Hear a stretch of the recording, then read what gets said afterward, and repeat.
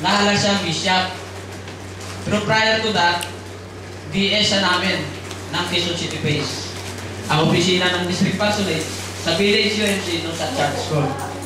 Yun ang... Kaya, ang Quezon City Base, nandun yung battleground. Kayo, ano lang eh, huli na lang kayo eh.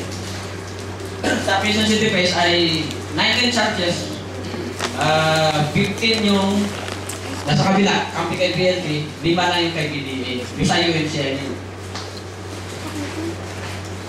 2009, in-expose ni PNP ang corruption. Okay?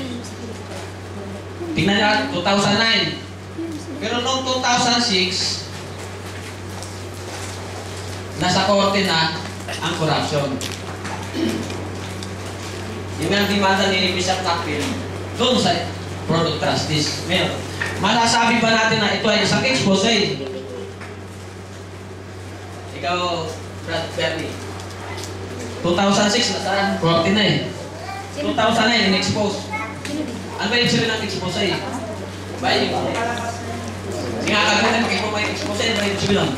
Ito po kasi, yung expose po kasi, na sinasabi, yun yung mga current event na wala pang nakakasa. Kaya siya pa lang ang nagsasabi niya. Uli-expose niya. Alaman ko, ang sabi ko ni Catherine, wala pang nakakaalam. Ako po sa iba pa natin na expose ang corruption. 3 years eh. Bakit? Bakit siya nagkagano na nagkaroon siya ng expose? Because of may kasabihan, behind the success of a man is a woman, and behind the failure of a man is also a woman. So because of the woman, yun, in-expose to. Ay, ito pala. So nagkaroon na yun ng takipan. Ngayon, para sa akin, immaterial na pag-usapan niya. Ngayon, kung totoo man may corruption, which is totoo nga. Kung totoo man may babae, totoo nga. Ngayon, ang grupo nila, Joe Frank, gusto nila mapatunayan kung may corruption. O aminin natin, may corruption nga. Patunayan naman nila na babae ay totoo. Eh, dinidinay nila eh. O, yun ang problema. Pinagdidiktikan nila itong corruption. Sige, may corruption na nga. Kasi nga, nasa korte na to eh. Sa korte na eh. Yun. Ipatunayan naman nila na yung babae ay hindi totoo. Yun.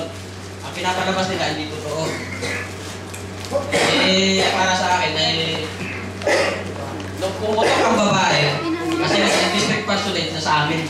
Okay? Nung pumutok yung babae, si Bishop BLT, ay si BLT, ay hindi mo maipintay mukha. Ngayon, kutsabaan eh. Yung pastor namin. Ngayon, yung babae ay yung pastor namin ang nagtago. Doon sa mataas na bahay, sa isang bahay na mataas ang pader. So, yan. So, puputulin ko na lang ang kwento ron kasi nga, hindi yan ang backgrounder lang yan. Kung totoo man yung corruption, o totoo man yung babae, o whatsoever man yung nangyari dyan, ay huwag na natin dumihan yung ating isipan. Ang gusto ko yung mangyari, di ba kayo napunta sa ganitong sitwasyon? Okay? So ito ay bahagi lang eh. Bahagi lang ng... Kasi kung talagang babay-bayin natin yan, mahina yung isang linggo dyan, Brother Robot eh. Yan ang mangyayari dyan.